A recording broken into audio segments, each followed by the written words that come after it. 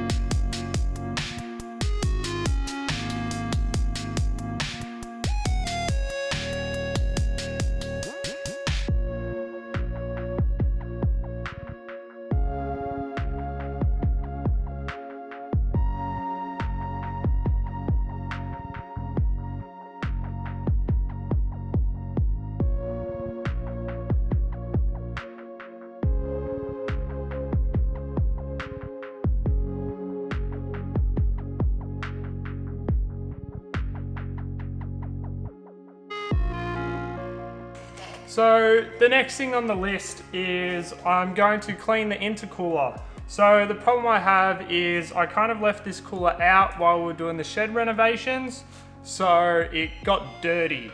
So because of that, luckily it looks like it's only just this front bit in here. So I am going to unbolt the intercooler pipes up here, and then I'm going to flush through E85 to give it a good clean up through here and let it drain through. Hopefully that will work. We'll see how it does. If the engine blows up because it's gotten debris in it, obviously I'll know what's wrong, but we'll figure it out as we go. And if it works, hey, it works.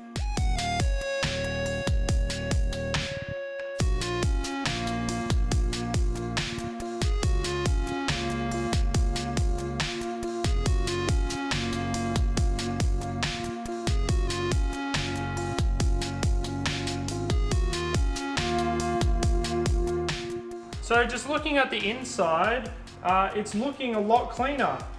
There's not as much dirt and grime in there. Of course, there still is a little bit, unfortunately, but I think a bit of this is going to be a bit more difficult to get out. So I'm going to keep pouring a little bit more and really just hope that a lot of this gets taken off. One thing that I've also noticed is it's kind of taking the outside black paint off, which I wasn't a fan when I bought it, but hey, it will still function just as good. So let's continue pouring more E85 through this, and now that I'm in a more ventilated space, should not feel as sick as well. So let's continue.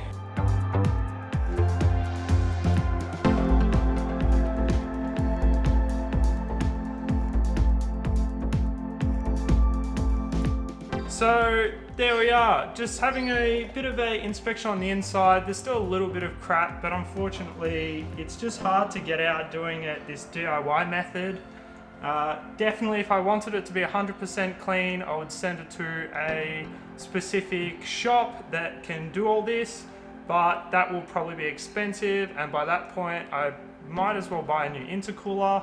I never actually researched into it, so if you have yourself, just drop it down in the comments below.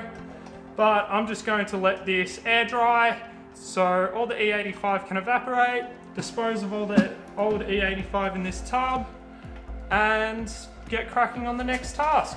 So the next thing I'm going to do is I'm going to fill it all up with fluids.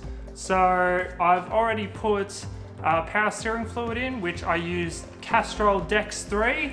Then for engine oil, I like to use 10W40 Castrol Magnatech. For coolant, I personally use this Nylon premix stuff. For my diff fluid, I like to use this Castrol Axle Limited Slip 90. I've already put some transmission fluid in, which is Castrol Syntrax 7590. And then also for brakes and clutch, I like to use this Penrite Race Braking Fluid 600. It's a high temp fluid. I've always had good results with it, so that's why I use it. Do not take what I'm using in this car as a definitive answer to what you should use in your car. Every single car is different, so speak to your tuner beforehand. But this is the fluids that I personally use in my cars that I've been told to use by my tuner. So I go off their word. So I'm going to go underneath, quickly double check, make sure that the coolant drain and the oil drain are fully closed, because it would suck to have a mess. I'm going to fill those up. Of course I can't bleed the coolant system, but I can put as much in as possible, and hopefully with a little bit of jacking up of the car and everything, that'll help get some air bubbles out. I'll only really be able to bleed it once the car is running and tuned. So in the meantime, this will be good enough. So we'll start on the front and we'll work our way back, and then we'll do the brakes and the clutch last. So let's get into it.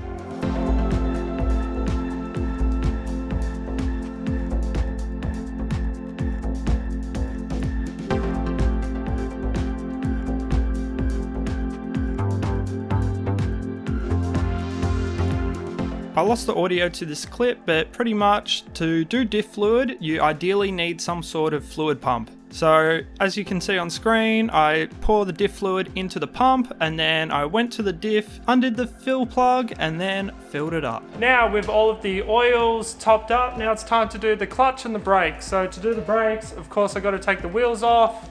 So instead of boring you by taking the wheels off, hopefully that looked as cool as I thought it did at the time.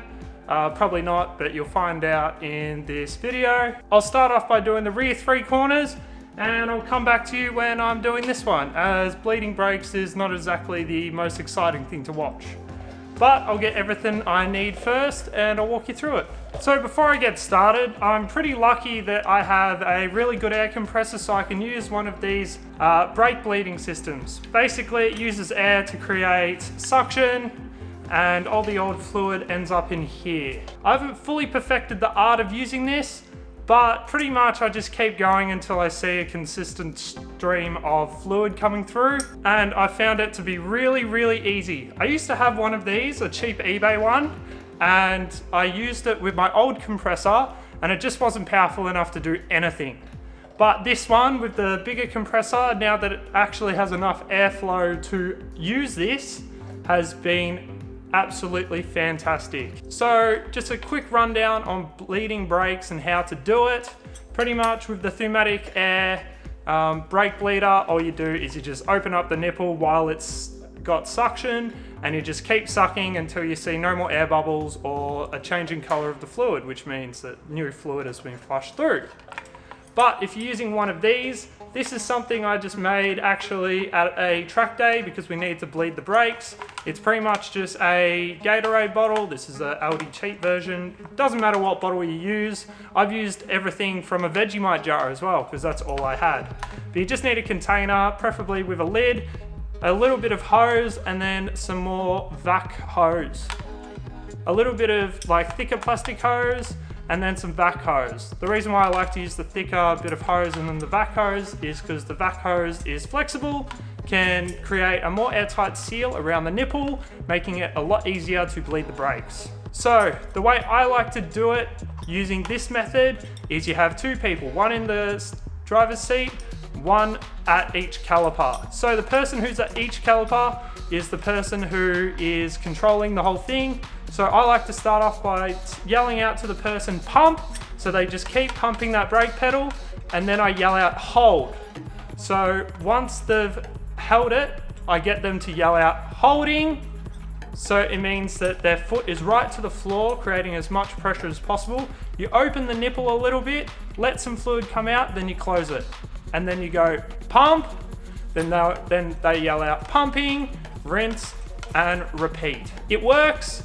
It requires 2 people, that's why I have the air system, because usually I'm alone when I'm working on cars.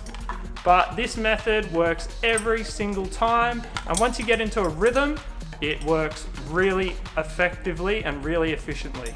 Plus, whoever's in the driver's seat gets a great leg workout because they're constantly pumping that pedal, and especially when the lines are dry like they are in this car, or you've just installed new braided brake lines with a lot of air in the system, they get a big workout. Just one thing to mention, when you are doing this, if there's a lot of air in the system, the pedal will hit the floor. Basically, all you gotta do is just bring it up, push it back down, it'll hit the floor again, and you just keep doing it. And once the system is more bled and bled and bled, it won't be hitting the floor and getting stuck there. So I'm going to do the first 3 corners, and I'll meet you back here in a sec. Another thing to mention that I have definitely made this mistake multiple times is with your brake fluid reservoir, as you're bleeding brakes, you really want to keep an eye on it and make sure it is nice and topped up at all times.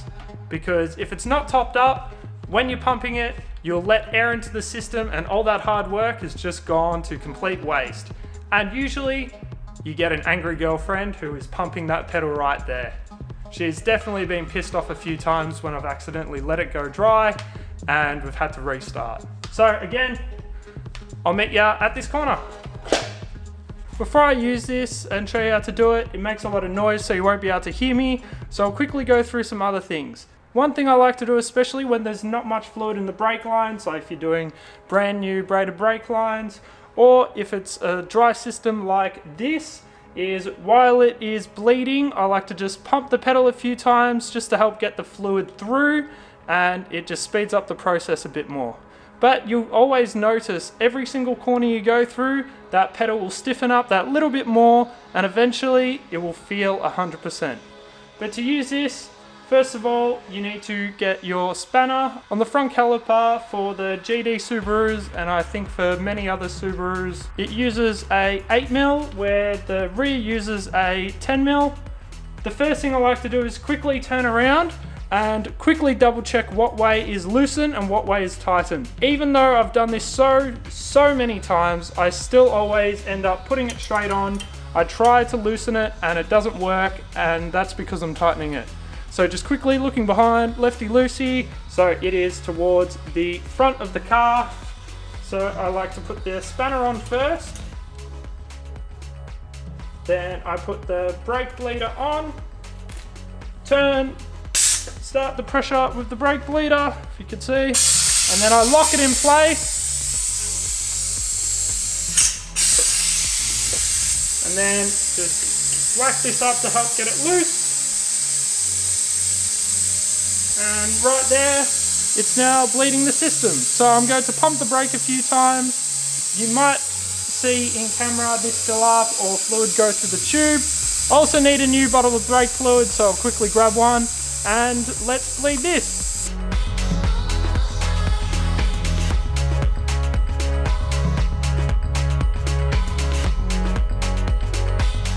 Alright, and to stop it, you just want to close the valve, keep the suction on, and then you can turn it off. So I gave the brake pedal a quick little pump and it's actually feeling really good. Because the system has been dry, it does mean that there is a good chance that I'll probably have to re-bleed them, but at least for now, they should actually work. And if I am lucky, I might not need to re-bleed them. They do feel pretty good. So we'll drive around for a bit and we'll see what happens. But now this is done, I just got to top up the brake fluid reservoir up to max, and then we can start on the clutch.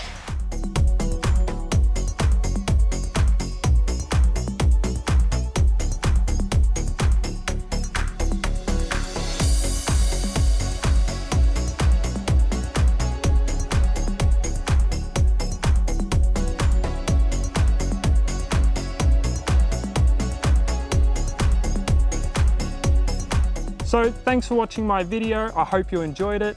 If you liked it, please hit the like button. And if you want to see more of my videos, please consider subscribing.